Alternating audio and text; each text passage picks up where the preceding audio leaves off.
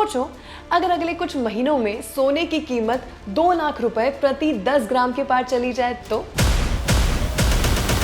आम आदमी परिवार के लिए सोना सिर्फ सपना बन के रह जाएगा। मैं आलिया फ्रॉम बॉस वाला, और अभी तक अगर आपने बॉस वाला हिंदी को फॉलो नहीं किया है तो तुरंत बेल आइकन दबाओ। अभी तक 80,000 रुपए का गोल्ड महंगा लगता था, लेकिन अब तस्वीर पूरी तरह बदल चुकी है। भारत सरकार ने गोल्ड इंपोर्ट ड्यूटी बढ़ाकर 15% कर दी है, यानी अब विदेश से आने वाला सोना पहले से भी कई ज्यादा महंगा पड़ेगा, और इसका सीधा असर आपकी जेब पर दिखने वाला है। शादी हो, त्योहार हो या निवेश, हर जगह गोल्ड की कीमत अब बड़ा मुद्दा बन चुकी है। लेकिन सवाल यह है कि आखिर सरकार ने ऐसा कदम क्यों उठाया? क्या भारत किसी आर्थिक दबाव में है? क्या यह सिर्फ टैक्स बढ़ने का मामला है, या इसके पीछे कोई बड़ा जियोपॉलिटिकल गेम चल रहा है? देश हित में कि साल भर तक घर में कोई भी फंक्शन हो, कोई भी कार्यक्रम हो, हम सोने के गहने नहीं खरीदेंगे, सोना नहीं खरीदेंगे। दुनिया भर में युद्ध, डॉलर की मजबूती, कच्चे तेल की कीमत और गिरता रुपया, इनके सब के बीच सोना अब सिर्फ एक धातु नहीं रहा, ये आर्थिक सुरक्षा का हथियार बन चुका है। और इसी बीच एक और बड़ी चिंता सामने आई है। अगर परिवार का मुख्य कमाने वाला व्यक्ति अचानक किसी संकट में पड़ जाए तो सिर्फ सोना ही सुरक्षा नहीं देता। इसीलिए आजकल कई लोग स्मार्ट फाइनेंशियल प्लानिंग की तरफ भी जा रहे हैं।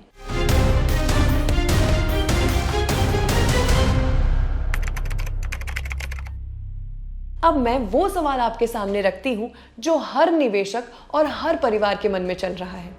सोने की कीमत आखिर कितनी ऊपर जा सकती है? मई 2026 तक 24 कैरेट गोल्ड की कीमत 1.65 लाख प्रति 10 ग्राम के पार पहुंच चुकी है, और कई बड़े इंटरनेशनल एनालिस्ट मान रहे हैं कि ये सिर्फ शुरुआत हो सकती है। जेपी मॉर्गन, गोल्डमैन सैक्स जैसी संस्थाएं अनुमान लगा रही हैं कि इंटरनेशनल मार्केट में गोल्ड $4,500 से $5,000 प्रति आउंस तक जा सकता है। अगर ऐसा होता है तो भारत में सोना 1.8 लाख से 2 लाख रुपीस प्रति 10 ग्राम तक पहुंचना कोई असंभव बात नहीं होगी।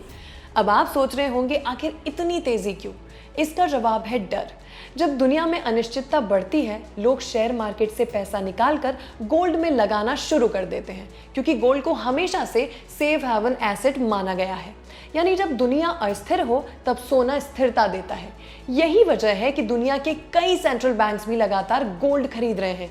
रिजर्व बैंक ऑफ इंडिया ने भी पिछले कुछ सालों में अपने गोल्ड रिजर्व बढ़ाए हैं, और जब इतनी बड़ी संस्थाएं सोना खरीदती है तो कीमतों पर उसका असर साफ दिखाई देता है। लेकिन यहाँ एक और दिलचस्प बात है, भारत में लोग सिर्फ निवेश के लिए नहीं, भावनाओं के लिए भी गोल्ड खरीदते हैं। शादी, त्योहार, परंपरा, हर जगह सोने की अपनी अलग अहमियत है।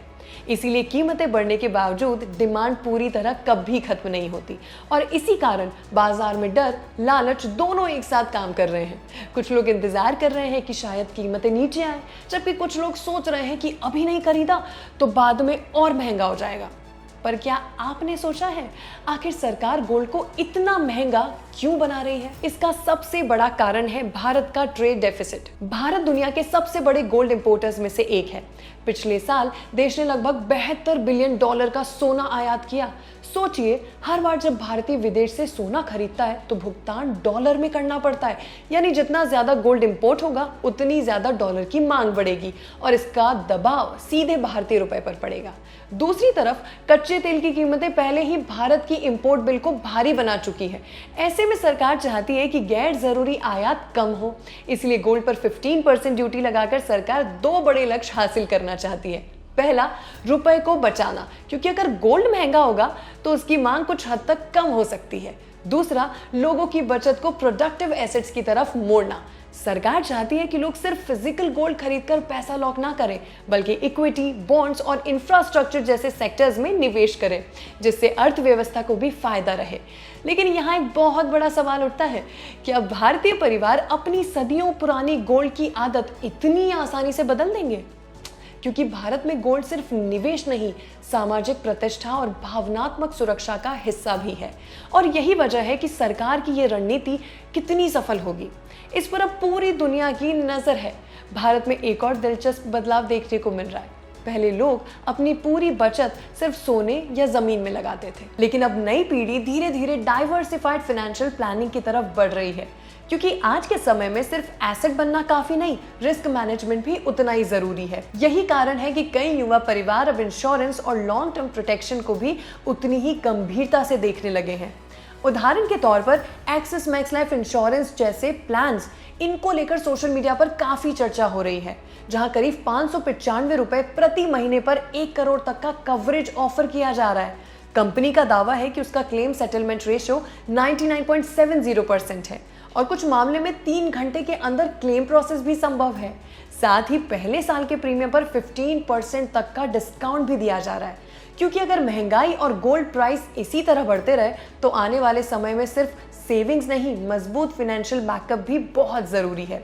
और ज्यादा यही वजह है कि आज का निवेशक सिर्फ कितना कमाया नहीं, बल्कि परिवार कितना सुरक्षित है, इस सवाल पर भी ध्यान देने लगा है। Now let's talk about the factor जिसने पूरी दुनिया में गोल्ड को फिर से सबसे मजबूत एसेट बना दिया है। That is war and global tensions.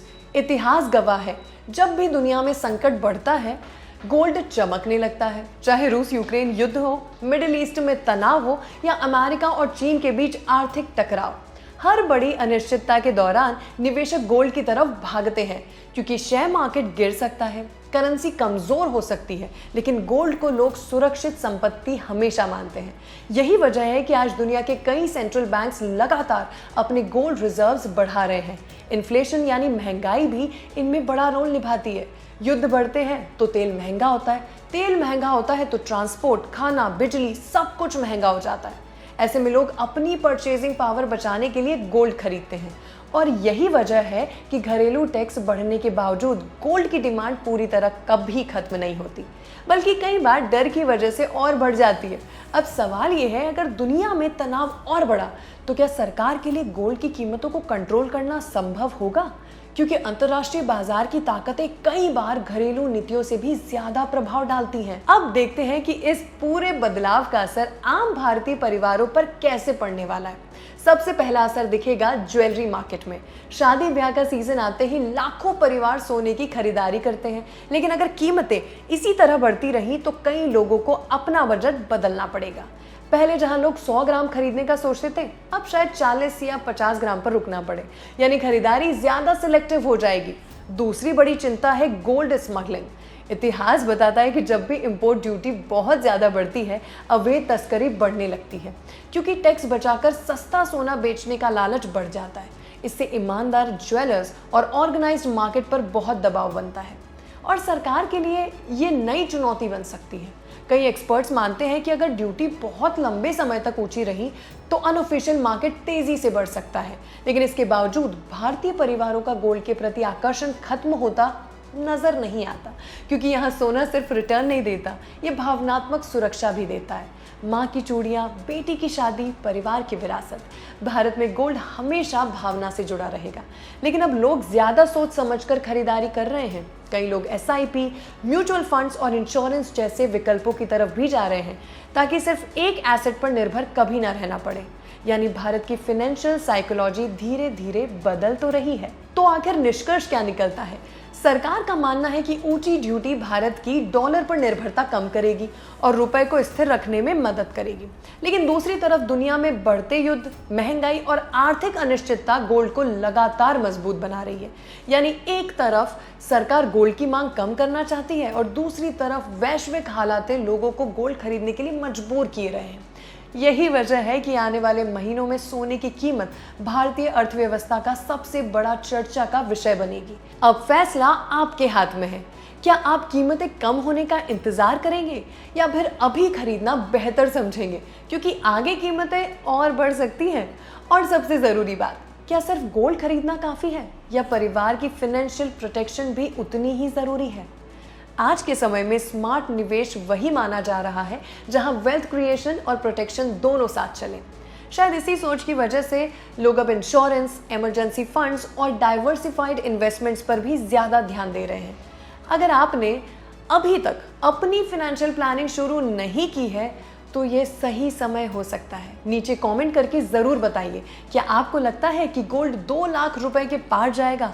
और अगर ये वीडियो आपको जानकारीपूर्ण लगा हो तो इसे लाइक करें, शेयर करें और बॉस वाला हिंदी को सब्सक्राइब करें।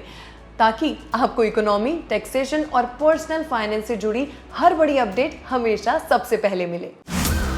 ब्रांड पार्टनरशिप्स और एडवर्टाइजिंग इंक्वायरीज के लिए ईमेल कीजिए brand@bosswala.com या व्हाट्सएप कीजिए 9108014192 पर। बॉस वाला, बी द बॉस।